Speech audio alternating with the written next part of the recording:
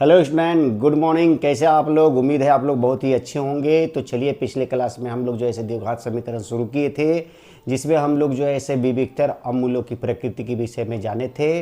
और आज हम लोग जो है ऐसे चलिए मूल कैसे ज्ञात किया जाता है वो सबसे पहले जानेंगे। तो मूल ज्ञात करने का दो तरीका होता है, एक गुणनखंड विधि और एक होता है द्विघाती सूत्र से। तो चलिए सबसे पहले हम लोग जो है सो मूल जो ज्ञात करने के लिए सीखेंगे वो गुणनखंड विधि से सीखते हैं।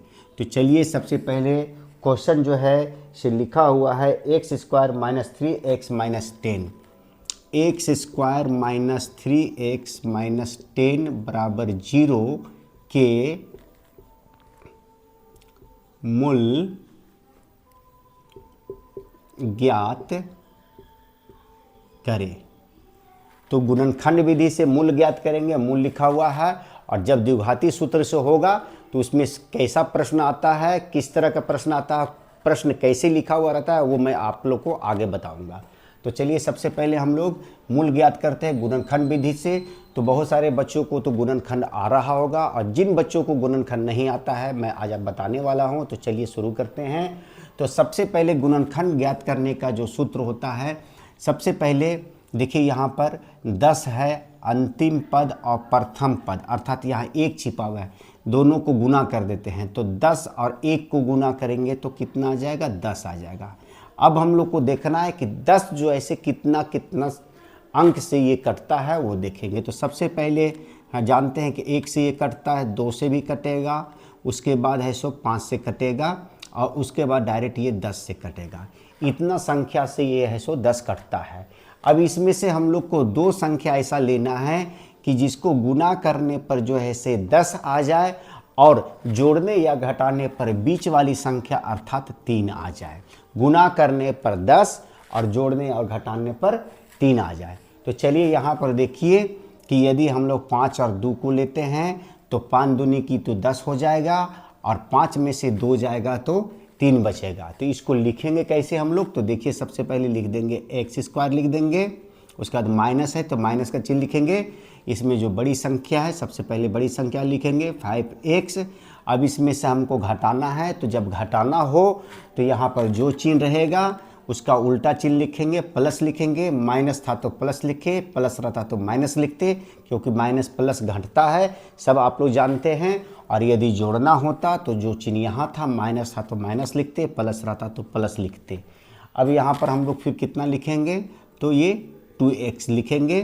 देखिए 5x में से 2x जाएगा तो माइनस 3x बच जाएगा, और 5 को 2 से गुना करेंगे तो 10 आ जाएगा।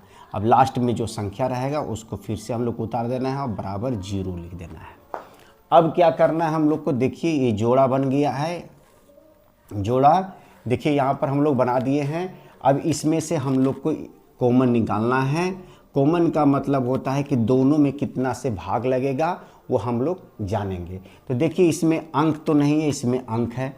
तो सबसे पहले हम लोग को याद रखना है कि पहला जो जोड़ा रहता है उसमें जो पद दिया हुआ है x के पद में दिया है, तो एक x को निकाल देते हैं हम लोग। y के पद में रहेगा तो y को निकालेंगे, z का पद में रहेगा z निकालेंगे, a रहेगा तो a निकालेंगे।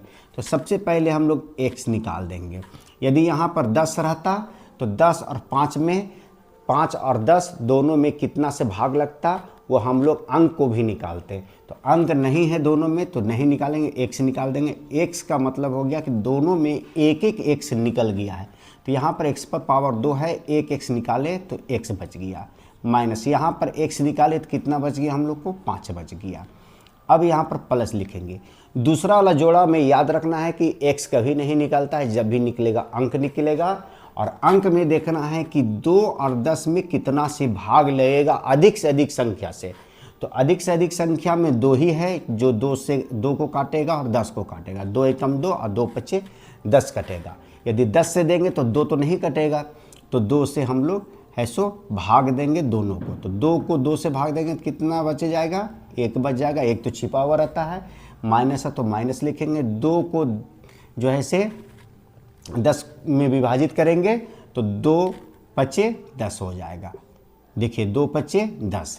अब यहाँ पर देखिए ये हम लोग का मूल जो है से निकल रहा है, या गुणनखंड सही है या गलत, इसके लिए हम लोग कैसे जानेंगे? तो ये और ये जो अंदर में जो है कोष्टक में जो संख्याएं हैं वो दोनों ऐसे आपस में बराबर होंगे, तो समझिए कि हम लोग का मूल जो बन रहा है वो सही बन रहा है। यहाँ भी x-5 है, यहाँ भी x-5 है। अब यहाँ लिखेंगे जो कोष्ट में दोनों जो संख्या हैं इसमें से दोनों में से एक को ही लेंगे, x-5 लेंगे, और जो बाहर में जो निकाले हैं हम लोग उसको एक कोष्ट में लिखेंगे x, और यहाँ प्लस है तो +2, इसको हम लोग लिख देंगे। यही हम लोग का गुणनखंड निकल गया। तो गुणनखंड इतना ही तक निकलता है। अब आगे मूल निकालना है, तो मूल का मतलब होता है x का वैल्यू निकालना, x का मान निकालना। तो हम लोग यहाँ से क्या करेंगे, इसको दो पार्ट्स में बांट देंगे। x-5 बराबर भी 0 दे देंगे, और x+2 बराबर भी क्या दे देंगे, 0 दे देंगे। फिर यहाँ लिखेंगे x बराबर, ये माइनस में है, 0 के साइड में जाएगा तो क्या में हो जाएगा, प्लस में हो जाएगा। इसी तरह यहाँ पर लिखेंगे या x बराबर, ये प्लस में उधर गया तो माइनस में। तो x का वैल्यू कितना या इसलिए देकर लिख देंगे, x का वैल्यू 5 या -2 या -2 या 5 लिख सकते हैं। 5, -2 यही हम लोग का मूल है, सो निकल के आ गया। तो उम्मीद है कि आप लोग को मूल निकालने के लिए आ गया होगा। तो इस तरह का बहुत सारे प्रश्न आप लोग को ऐसे किताब में दिया गया है।